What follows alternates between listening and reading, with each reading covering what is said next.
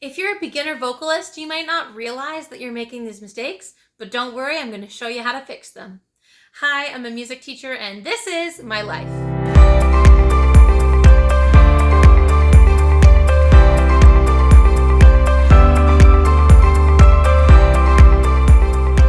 Welcome back to the channel, everyone, and welcome to those of you who might be new here. In today's video, I'm sharing with you 5 very common beginner mistakes that vocalists make. And beginners are not always children, so if you're an adult, you might still be making these mistakes. But that's okay, because I'm going to tell you what kinds of steps you can take to hopefully fix these mistakes and to improve your singing. But before we get started, be sure to give this video a thumbs up, subscribe to the channel, and ring the notification bell so that you never miss another video. So let's kick things off with a bang. The number one mistake that I see beginner singers make is they try to sing with poor posture.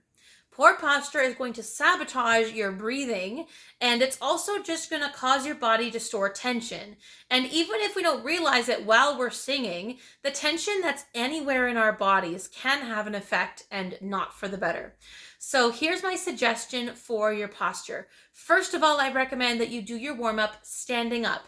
And when I say standing up, what that means is that you're going to have a slight bend in your knees. You're not locking your knees, because otherwise, believe it or not, some singers will have actually fainted and fallen over from this. So you want to have a slight bend in your knees. One foot can be just a slight little bit ahead of the other, and you want to have a nice tall posture. Almost imagine that if you were a puppet and there was a string coming up through the top of your head, you would be nice and upright. Your shoulders are in line with your hips, which are in line with your heels. And hopefully that will help you keep a nice upright posture.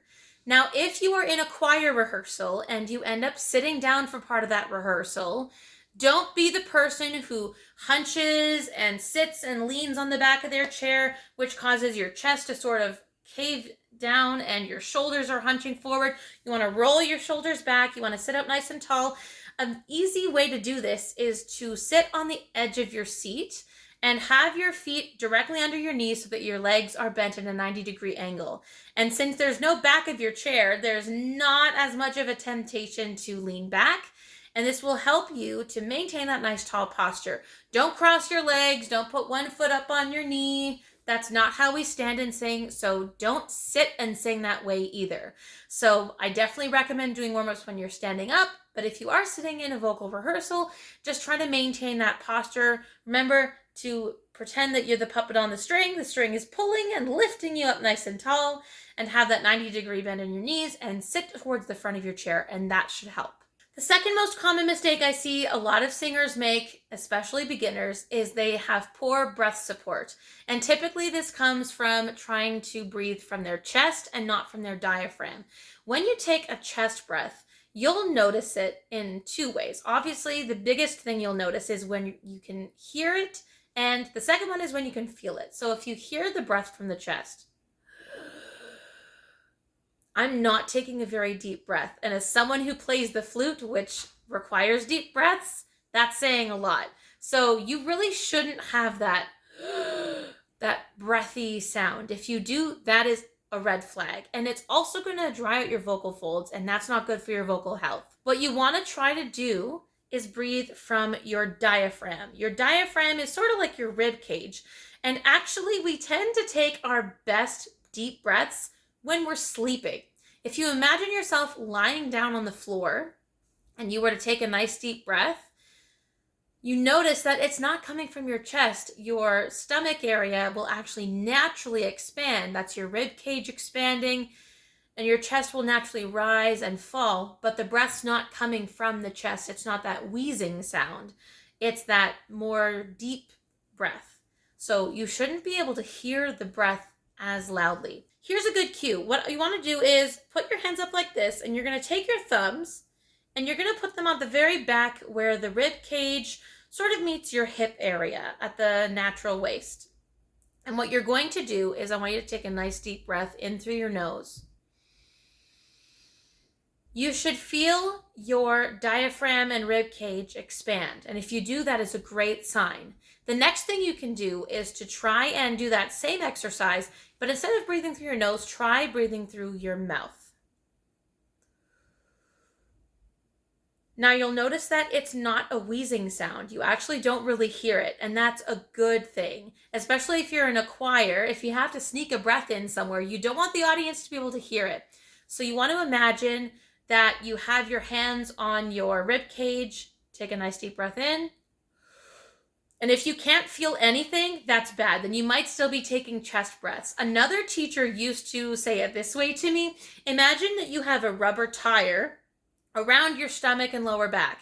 I tend to think more of like a pool floaty because that's a little more realistic. But imagine you have a pool floaty around you, and by taking a nice deep breath through your diaphragm, you are inflating that rubber tire or that pool floaty.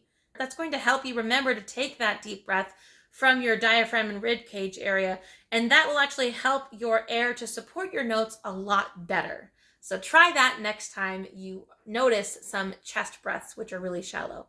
Number 3 is a big one, and it's the fact that, like I said a little bit earlier, sometimes we store tension in our body, and that can have a negative impact on our jaw, our tongue, and of course, our voice. So some recommended exercises that I suggest you do are physical exercises because our body is part of our instrument. So if you're feeling a little tight before you sing, something you can do is some simple and gentle exercises to help relieve some of that tension. So I usually start with shoulder rolls. I like to start going forwards because then I can go backwards, and that is a nice reminder to keep my shoulders down and back, to have that nice tall posture. You could do ear to shoulder. Make sure you're not hunching your shoulder. I'll move my hair out of the way. Don't do that. We want to keep our shoulder down and away from our ear. You could also add a little bit of weight if that's comfortable, but you shouldn't be pulling really hard on your head to move your neck. And you could do the same thing other side. You could also do a little bit of a head roll, nice and slow. Again, no jerky movements here with your neck. You could go down and around. My hair might look really funny. And then you could stop in the middle, and then you could gently roll up. Some people will like to do some other exercises, so maybe you hug your arm in towards you to loosen up the shoulders.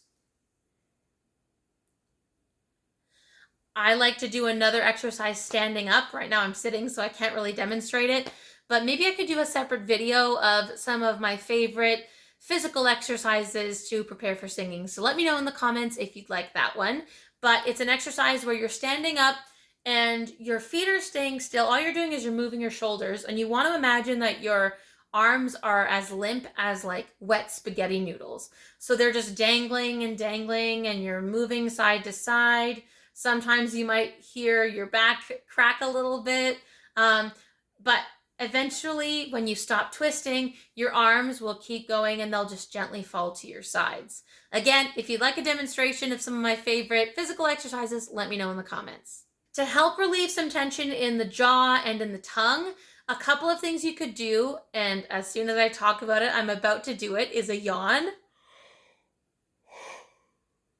What a yawn does is it forces the jaw to open up nice and wide, and you have a lot of open space on the inside of your mouth. And that's actually really good because it allows your mouth to function like a very resonant chamber. So if you take a nice deep yawn, I can really feel my jaw loosen. A tongue stretch that you can do, yes, a stretch. I'm not going to do this right now because it's going to prevent me from speaking on the next couple of points.